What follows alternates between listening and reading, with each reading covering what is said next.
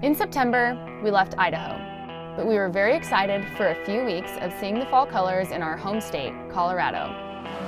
We went to visit our families in Denver for a week, the main reason being that it was my grandpa's 100th birthday, and we saw the rest of the family while we were there before heading back up into the Rocky Mountains. The mountainsides were completely yellow as soon as we got to Summit County. My parents had never been in our boat before, so we took them out on Lake Dillon and also floated in the Kokopelli pack rafts.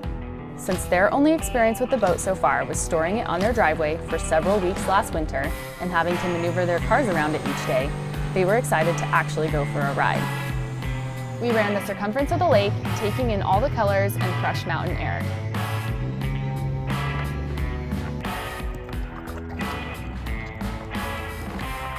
And sometimes on lakes, I even drive the boat.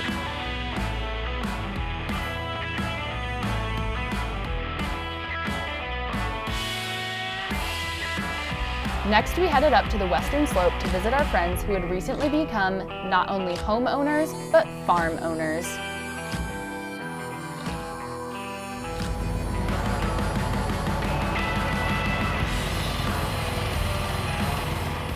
They get killer sunsets at their property and showed us all about their new life as farmers.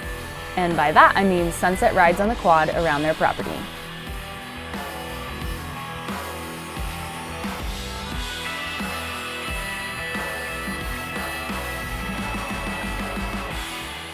We bring meat to smoke on their Traeger, and they store our boat for the winter.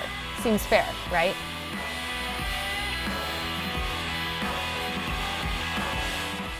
We spent several days getting projects done on their property.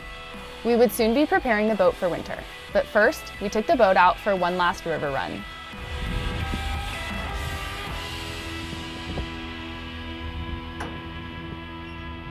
We were sad to be putting the boat away for a few months, but felt like we got a significant amount of use out of it all summer. We probably put 60 hours on it this season. Being late September, the water was super shallow. There was a lot of exposure and we were watching out for exposed rocks the whole time.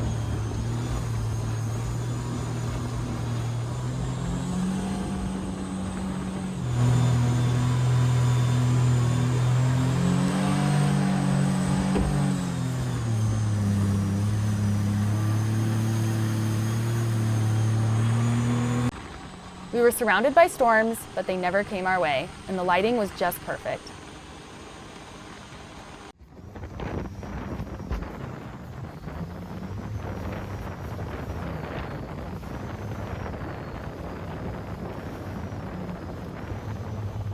This is our version of a sunset booze cruise, you know? Just supercharger and horsepower.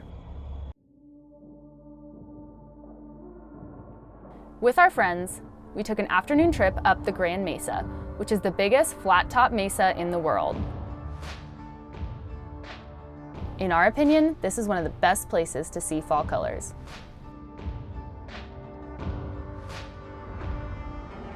The entire mesa was exploding with yellow aspens.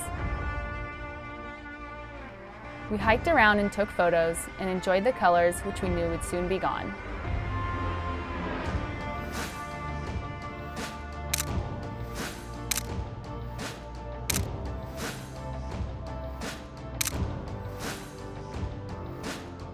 Back at the farm, we put back together our bike carrier, which had been deconstructed since May when we started towing the boat for the summer.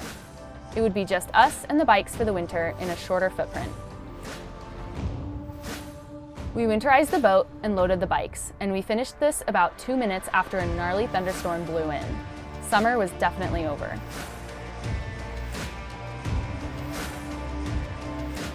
Our goal was to spend some time in the high alpine of southern Colorado, even though it was late September, but before the weather got too nasty. On our drive south, we accidentally ended up having to take a 3-hour detour, but it brought us past some of the prettiest views in an area of Colorado we'd never been before. This is the backside of the Black Canyon of the Gunnison.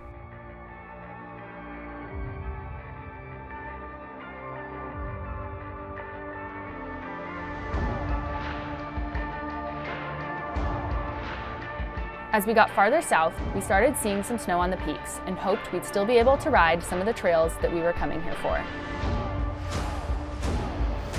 We briefly stopped off at this iconic waterfall in southern Colorado. There we go, birthday ride. It's Blake's 31st birthday. We had to work on the past 3 of Blake's birthdays, so this year I told him we could do whatever he wanted, even if it meant dirt biking in snow and freezing temps.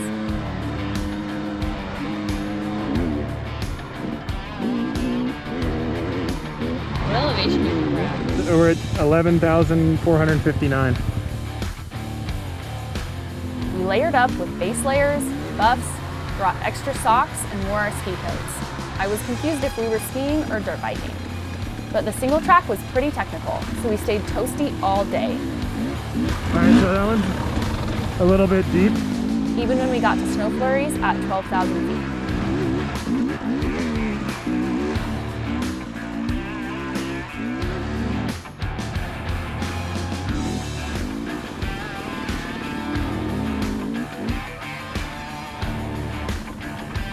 Pretty smooth, pretty smooth.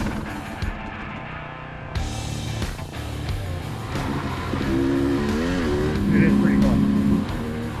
So cold out here.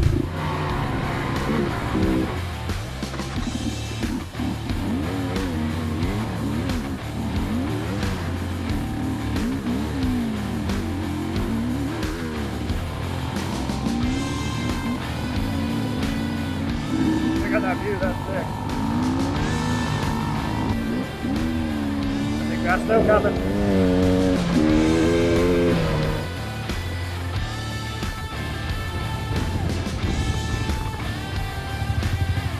Check out some snow. Killer view. Woo! On a slightly warmer note, we then posted up at this campsite, surrounded by fall colors and low clouds, and from here rode more single track up into the Aspens.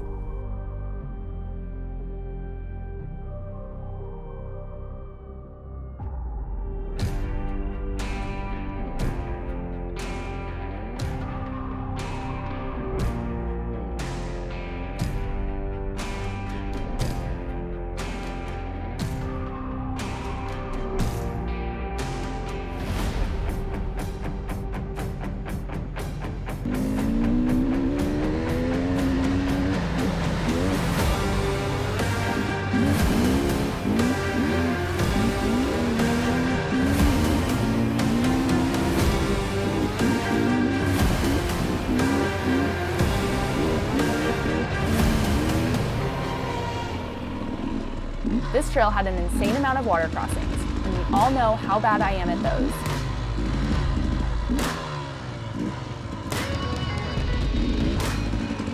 Stay to the left here, it'll be easy.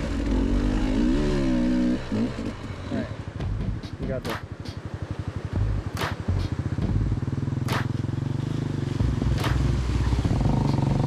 You didn't need to put that foot down. Alright, let's see what this thing can do. I even made Blake crawl across a log to ride the deepest one for me.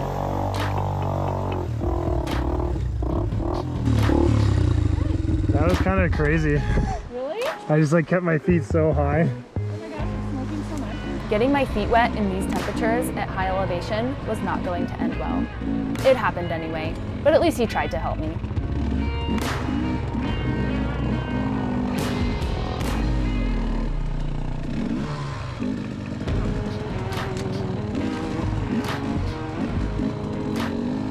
How epic is this? I can't believe we've never been here before. Very cool.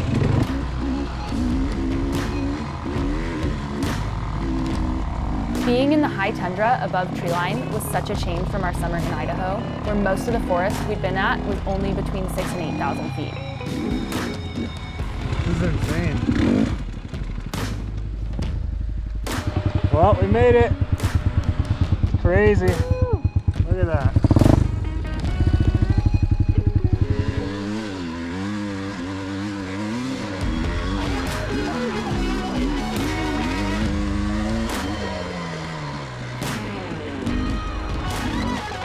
Woo! Crazy. These are the kind of trails that Blake lives for. And in our experience, it's actually pretty rare to find single track at this elevation.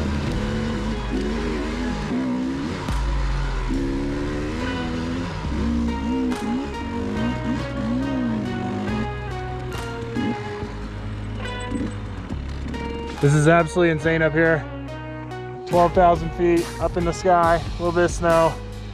Epic.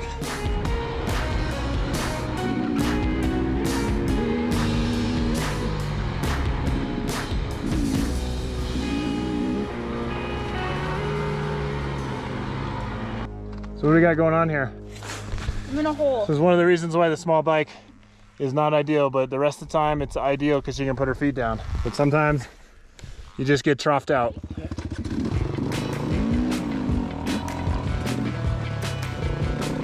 We just could not get enough aspens. Growing up in Colorado, we've seen falls like this our whole life. But to me, it felt like I'd never seen a fall so vibrant. Everywhere we looked, it was just vibrant yellow and orange aspens.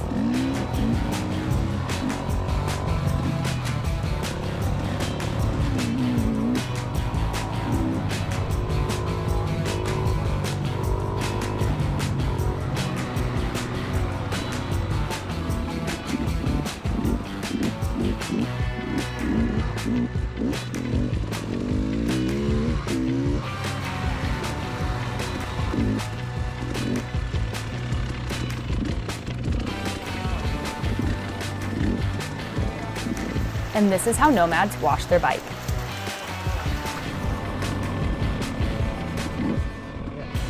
We're pretty spoiled with getting back to our home at the end of a cold ride, immediately gearing down and cranking the heat and making dinner. It's just one of the perks of bringing your house everywhere you go.